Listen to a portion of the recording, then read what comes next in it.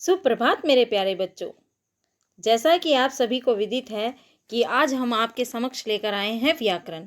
और व्याकरण में जो आपका उपविषय है वो है वर्ण विचार। अब वर्ण विचार क्या होता है? किसी भी चीज़ का आधार हो, कोई भी भाषा हो, चाहे वो हिंदी हो, इंग्लिश हो, संस्कृत हो, उर्दू हो, कोई भी भाषा हो, उसका आधार सबसे पहले क्या होता है? अक्षर यानी वर्ण। हम जब किसी भी बिल्डिंग का कोई हम बनाने का तय करते हैं कि हमें एक बिल्डिंग बनानी है, तो हमें सबसे पहला उसकी नींव रखनी पड़ती है। तो ठीक भाषा भी हमारी उसी प्रकार से है कि अगर हमें किसी भाषा को बिल्ड करना है, किसी भाषा को अपनाना है, तो हमें सबसे पहले उसकी सबसे छोटी ध्वनि यानी कि वर्ण वहाँ से हमें लेकर के चलना है। और वर्ण क्या है? भाषा की वह सबसे छोटी ध्वनि, वह सबसे छोटी ध्वनि जिसके हम और टुकड़े नहीं कर सकते, यानी और खंड नहीं कर सकते। ठीक है, टुकड़े जिसको हम तोड़ने के बाद और कुछ उसमें से तोड़ ही नहीं सकते। फॉर एग्जाम्पल, जैसे कि आपकी मदर है या घर में और भी कोई है, तो जैसे कोई एक, जैसे आपका लगा लो, ये आपके समक्ष एक लौकी है, ठीक है, और मम्मी लौकी को काटती है।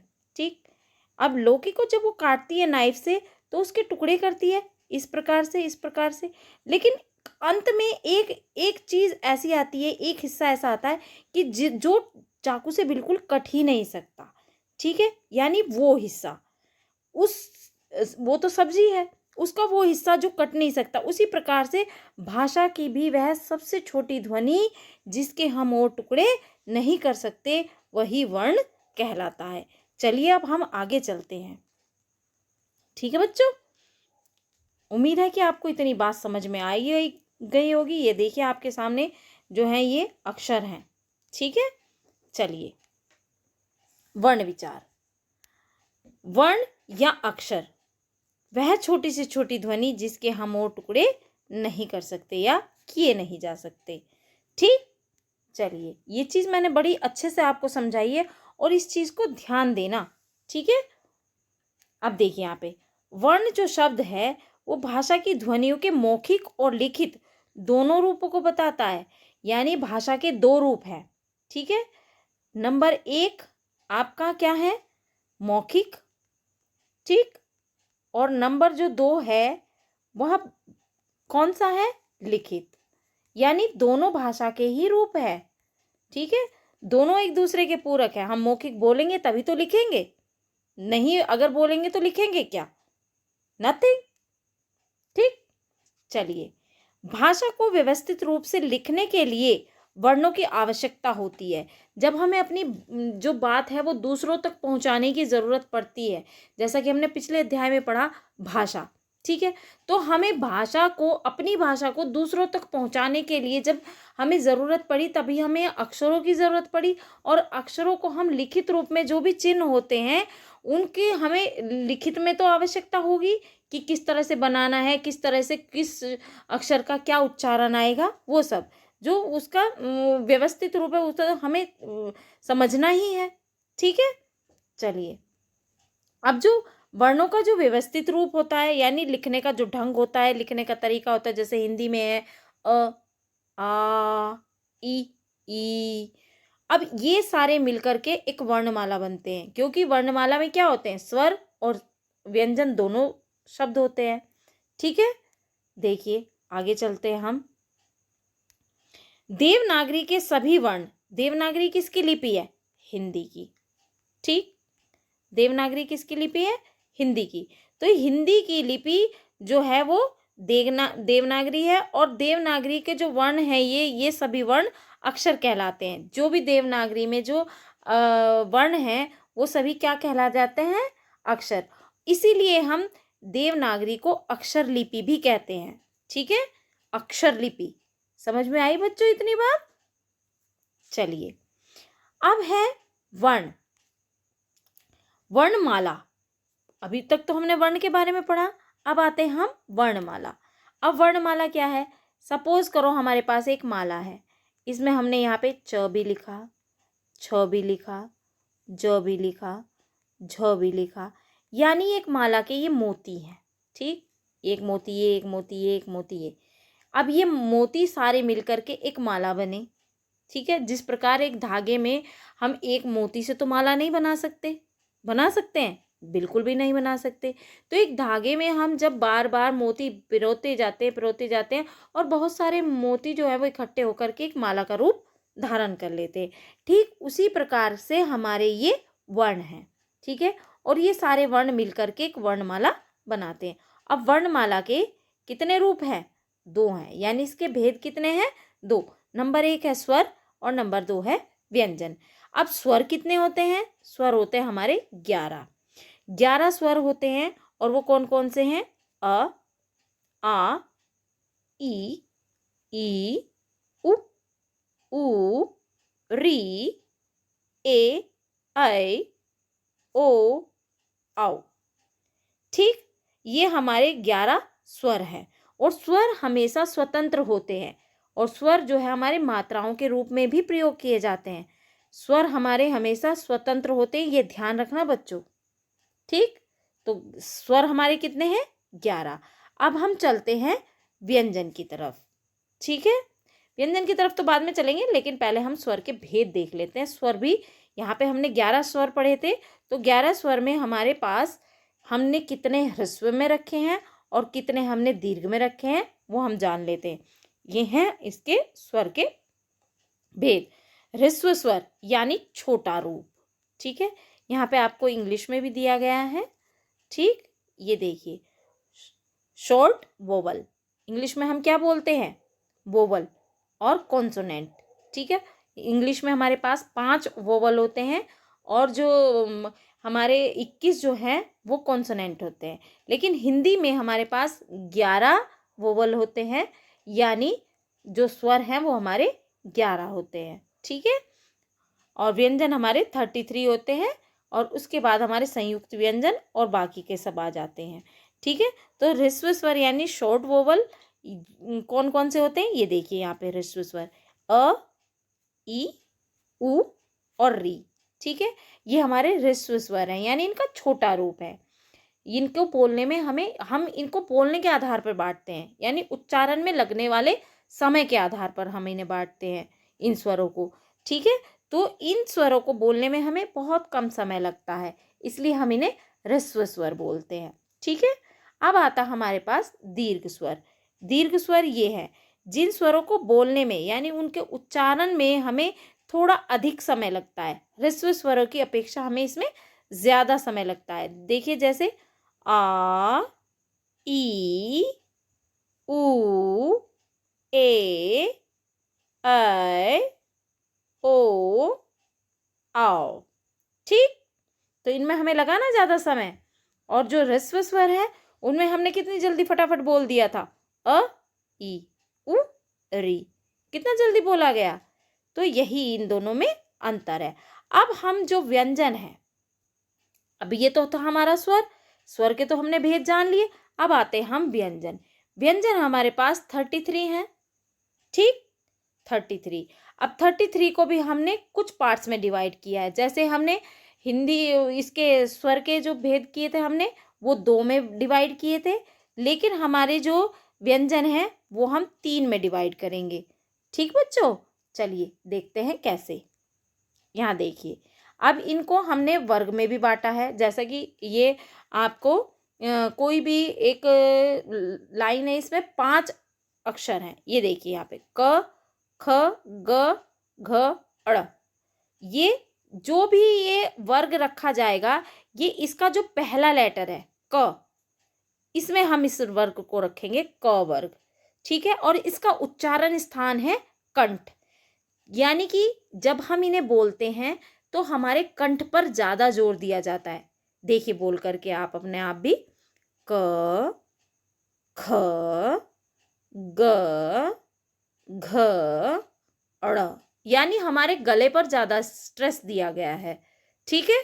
फिर आता है च वाला पार्ट, च, छ, ज, झ, अन, यानी ये वर्ग हमने यहाँ पे क्या लिया है, इसका पहला लेटर च, तो ये कौन सा वर्ग कहलाया जाएगा? च वर्ग। और इसमें हम हमारी जो मुंह का हिस्सा है वो तालू वाला हिस्सा स्पर्श होता है, जब आप बोलेंगे तो आप इसे पहचानेंगे। देखिए च, जब भी हम च बोलेंगे, छ बोलेंगे, ज बोलेंगे तो हमारी जो जीभ है वो जीभ जो है हमारी तालु के साथ स्पर्श करती है, इसलिए हम इसे तालु उच्चारण में रखेंगे। ठीक है, ये तालु। अब आता है हमारे ट वर्ग यानी तीसरा वर्ग। ट, ठ, ड, ढ, अण। ये मूर्धा है। ट, यहाँ पे हमारी टंग भी इस्तेमाल हो रही है। ठ, ड, ढ, हमारा गला भी वो हो रहा है, तो इसमें मूर्धा मूर्धा वाला ये साउंड आएगा इसमें, उच्चारण स्थान, इसको हम मूर्धा में रखेंगे। ट वर्ग, ट यानी इसका पहला वर्ग, पहले अक्षर है इसका वर्ग का, तो उसी के हिसाब से हमने इसे ट वर्ग में रखा। अब आता है त वर्ग चौथे नंबर पर। त, थ, द, ध, न। जब हम इन अक्षरों को बोलते हैं तो हमारे क्या है, जो दांत हैं वो दांत स्पर्श होते हैं। बोल करके देख लीजिए चाहे आप। त, जब हम त बोलेंगे तब भी हमारी जीभ जो है वो हमारे दांतों को टच करेगी। जब हम थ बोलेंगे तब भी हमारी जीभ दांतों को टच करेगी। यानी हम जितने भी इसके वर्ण बोलेंगे हमें वो दांत टच करेंगे, इसलिए हम इसको दंत में रखेंगे। ठीक है। प वर्ग, प, फ, ब, भ, म। इसमें हमारे ओष्ठ जो होते हैं यानी होठ, हमारे जो होठ हैं, आप बोल करके देखिए। प, जब हम प बोलेंगे तो दोनों लिप्स हमारे आपस में बंद हो जाएंगे एक बार को। फ, जब हम बोलेंगे तब भी। ब, भ, म, यानी हमारे होठों का ही कमाल है, इसको जब भी हम उच्चारण बोलेंगे इसका तो हमारे होठ बंद हो जाएंगे, तो इसलिए हम इसको प वर्ग में रखेंगे और उच्चारण स्थान इसका होगा ओष्ठ। और ये कुल मिला के क्या है, स्पर्श व्यंजन। ठीक है, यानी हमारे मुंह का हर एक हिस्सा इसमें स्पर्श हो रहा है, इसलिए हम इन्हें स्पर्श व्यंजन में रखते हैं। समझ में आई बच्चों? और ये आप आगे एक्सरसाइज में भी आपको ये चीज़ आएगी, इसलिए इसको बहुत ध्यान से देखिएगा आप। ठीक है बेटा, चलिए आगे चलते हैं।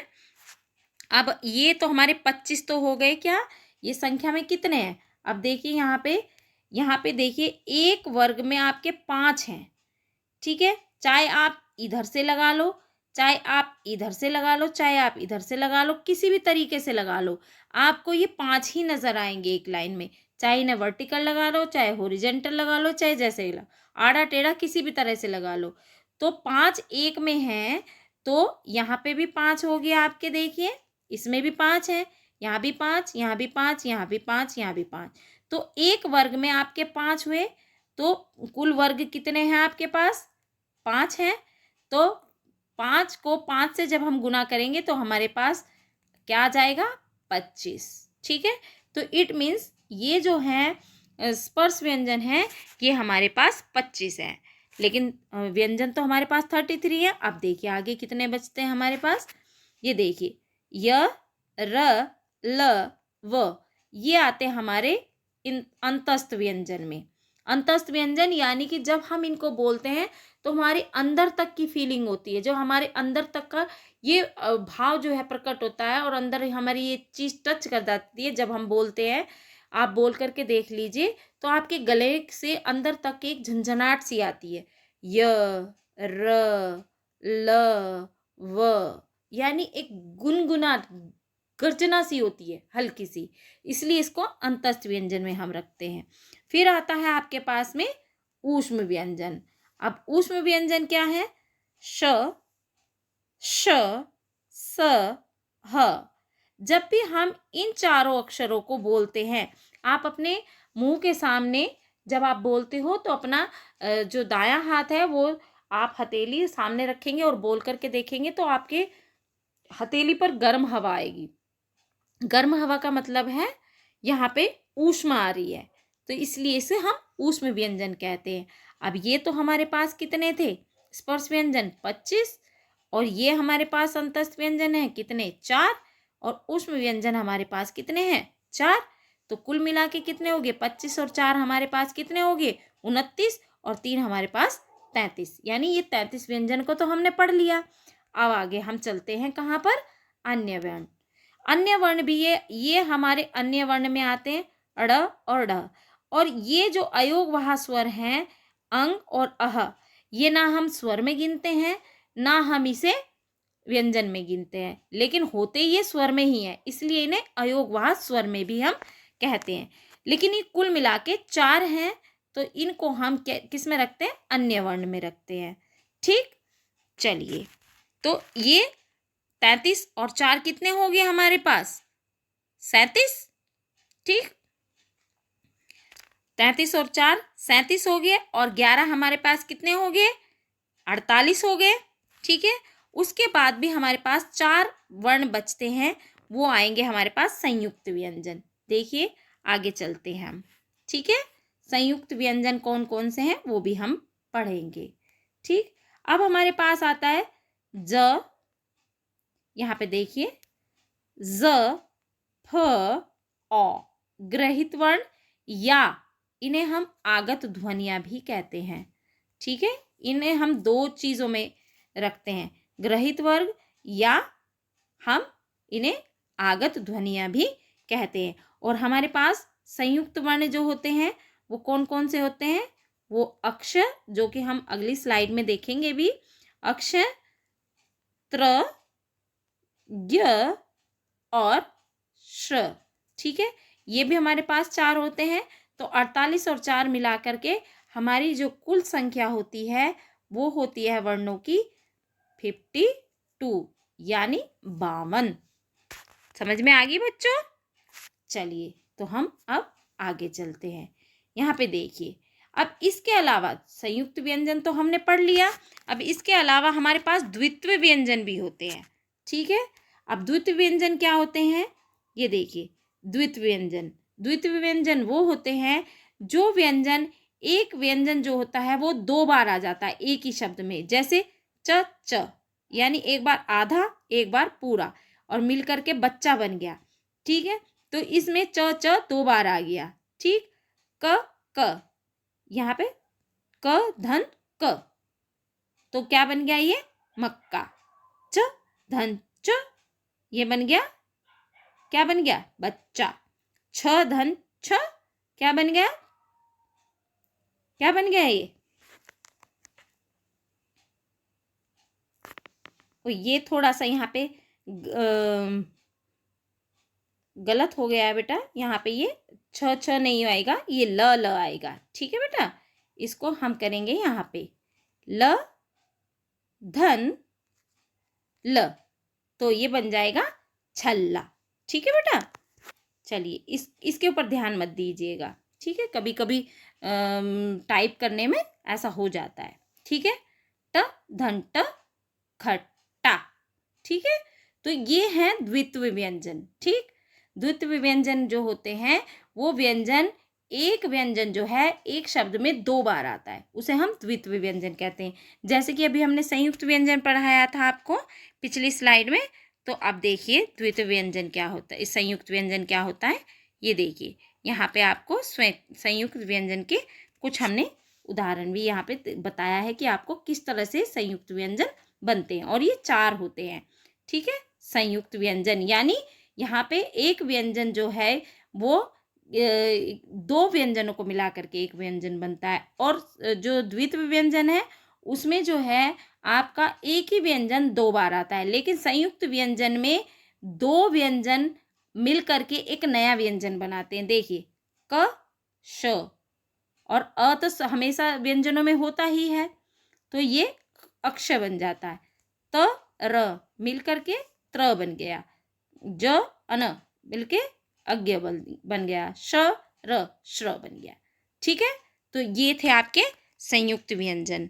तो कुल मिलाकर के आपके पास में 52 वर्णमाला में वर्ण होते हैं।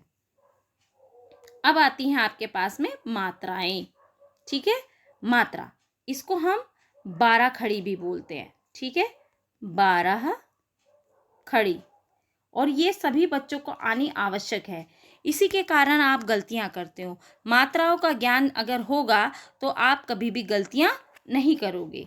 अब इसको हमने 4 पार्ट्स में डिवाइड किया है। देखिए, सबसे पहले तो स्वर, हमेशा जो भी मात्राएं होंगी वो हमेशा स्वर की होगी, और जो स्वर हैं वो हम हमेशा मात्राओं के रूप में ही प्रयोग करते हैं। ये देखिए इनकी मात्राएं, ठीक है। व्यंजन के साथ स्वर का प्रयोग वो मात्रा के हिसाब से होता है, यहाँ पे देखिए आप, ठीक है। ये देखिए, अब है इसके बाद इनका शब्द, मात्रा लगाने के बाद में शब्द बनता है कि किस तरह से बनता है। चलिए अब हम पहले ये 12 खड़ी इसलिए बोलते हैं कि इसमें 12 मात्राएं होती हैं, ठीक है। ये देखिए, हमेशा ये मात्रा के रूप में ही होता है। अ जो होता है व्यंजन में हमेशा मात्रा के रूप में विद्यमान होता है, क्योंकि क जब भी हम बिना हलंत के यूज़ करते हैं तो वो बिना मात्रा के नहीं होता, उसमें मात्रा हमेशा विद्यमान रहती है। इसका शब्द बनाएंगे हम कम और कल। आ की जब मात्राएं हम लगाएंगे, ये क धन आ यानी का, काम, काल। ई की जब मात्रा लगाते क धन ई, की। यहाँ पे एक ही अक्षर में आपको सारी मात्राएं लगा करके दिखाई गई हैं, क्योंकि ये 12 खड़ी है, यानी एक ही अक्षर पर 12 मात्राएं, ठीक है। किसान, किलो। ई बड़ी की मात्रा, क धन ई, की यानी कीमत, कील। उ, क धन उ, कु, कुल। कुमार, उ बड़ऊ, क धन उ, कु, कूप, कूल, ठीक। री, क धन री, क्री, कृपा, कृष्ण, ठीक है। ए, क धन ए, के से केला बना, के से केसर बना। आई बात समझ में बच्चों? चलिए यहाँ पे देखिए, ऐ, कै धन ऐ, कै, कैलाश, कैसा। ओ, क धन ओ, को, कोयल, कोयला। ओ, औ, क धन औ, कौ, कौन, कौशल, ठीक है। अब इसके अलावा भी औ की भी मात्रा होती है, वो भी हम इसमें इस्तेमाल करते हैं। कंग, जैसे हमने क, कंग, ठीक, कंगन या कंघा, ठीक, इस तरह की ये भी मात्रा इसमें इस्तेमाल होती है, ठीक है। तो इस तरह से ये 12 खड़ी जो है ये आपको दी गई है यहाँ पे। उम्मीद है कि आप सबको ये चीज़ समझ आ गई होगी। अब आ जाइए ध्वनि या वर्ण विश्लेषण।